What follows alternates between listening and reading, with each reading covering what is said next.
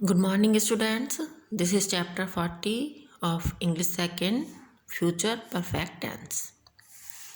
पहचान क्या है इन वाक्यों की?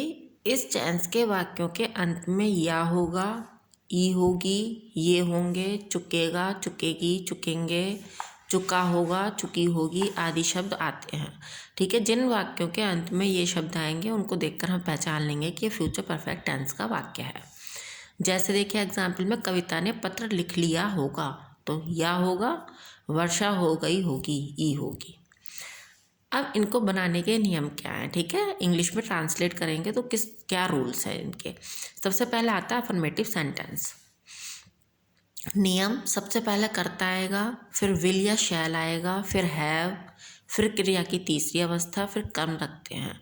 ठीक है, तो सबसे पहले सब्जेक्ट आ गया आपका, कर्ता यानी सब्जेक्ट, फिर हम लगाएंगे विल या शैल। और विल या शैल किसके साथ लगाते हैं? आई वी के साथ शैल लगाते हैं, बाकी सबके साथ हमको विल लगाना होता है। ठीक है, तो फिर हैव दोनों के साथ यानी विल हैव या शैल हैव लगाएंगे। फिर वर्ब की थर्ड फॉर्म लगाएंगे और उसके बाद जो भी ऑब्जेक्ट है वो लगाएंगे। ठीक है, अब देखिए एग्जाम्पल, कविता ने पत्र लिख लिया होगा, तो सब्जेक्ट क्या है इसमें? हम कविता, और कविता के साथ आएगा विल, तो कविता विल हैव, लिखने की होती है राइट, राइट की थर्ड फॉर्म होती है रिटर्न, और क्या है ऑब्जेक्ट? क्या है? Letter, a letter. Kavita will have written a letter. गाय ने घास खा ली होगी, सब्जेक्ट क्या है? द काव, काव के साथ विल आएगा, तो द काव विल हैव, खाने की होती है ईट, ईट की थर्ड फॉर्म होती है ईटन, और इसमें ऑब्जेक्ट क्या है? घास, तो the grass, the cow will have eaten the grass. अब हम इसके आते हैं नेगेटिव सेंटेंसेस पे। ठीक है, अफर्मेटिव के बाद नेगेटिव आते हैं। नेगेटिव में कुछ नहीं होता है, केवल विल शैल के बाद नॉट लग जाएगा। देखिए नियम पढ़ते हैं, सबसे पहले कर्ता, फिर विल या शैल, फिर नॉट, ठीक है, हैव, फिर क्रिया की तीसरी अवस्था, फिर कर्म लगते हैं। सेम वही है, केवल नहीं की स्पेलिंग लग जाएगी, वो भी किसके बाद? विल या शैल के बाद। एग्जाम्पल देखते हैं, हमारे स्टेशन पहुंचने से पहले गाड़ी जा चुकेगी, तो the train will not have left, जाने की क्या होती है? लेफ्ट। और सब्जेक्ट क्या हमारा? द ट्रेन, ट्रेन के साथ विल लगाएंगे। और इसमें बेटा इन्होंने गाड़ी नहीं लिखा है इन्होंने, है ना, तो गाड़ी नहीं जा चुकेगी, तो जो ये गाड़ी नहीं जा चुकेगी ये वाला सेंटेंस तो आपको फ्यूचर परफेक्ट टेंस में बनेगा, और जो आपसे इससे पहले का है वो आपका सिंपल किस में बनेगा? फ्यूचर इंडेफिनिट में।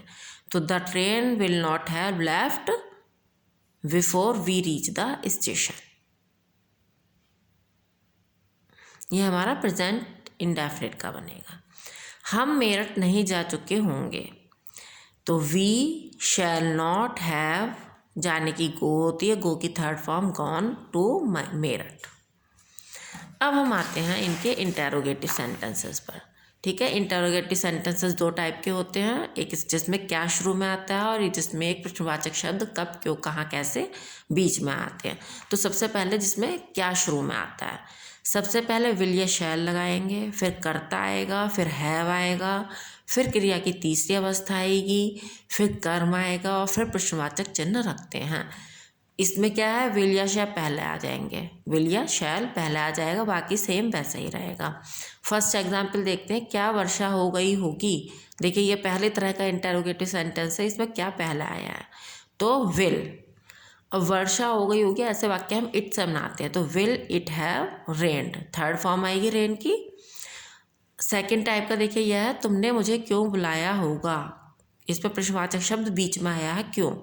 ठीक है, तो क्योंकि हम सबसे पहले रख देंगे। वाई, फिर सेम वैसे ही रहेगा, why will you have called me, बुलाने की कॉल होती है, कॉल की थर्ड फॉर्म कॉल्ड होती है, और मुझे की मी होती है, तो why will you have called me. अब हम आते हैं बेटा चैप्टर नंबर 41 पर।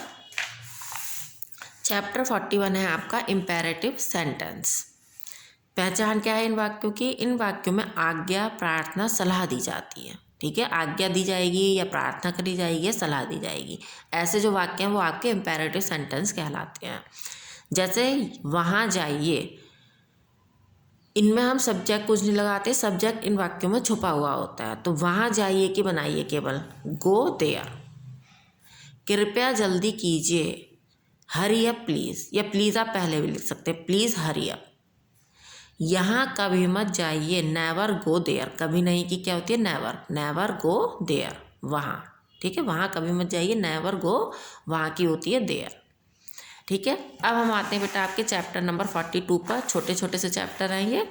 Use of can, could, may, might, ठीक है, इनका यूज़ करना है।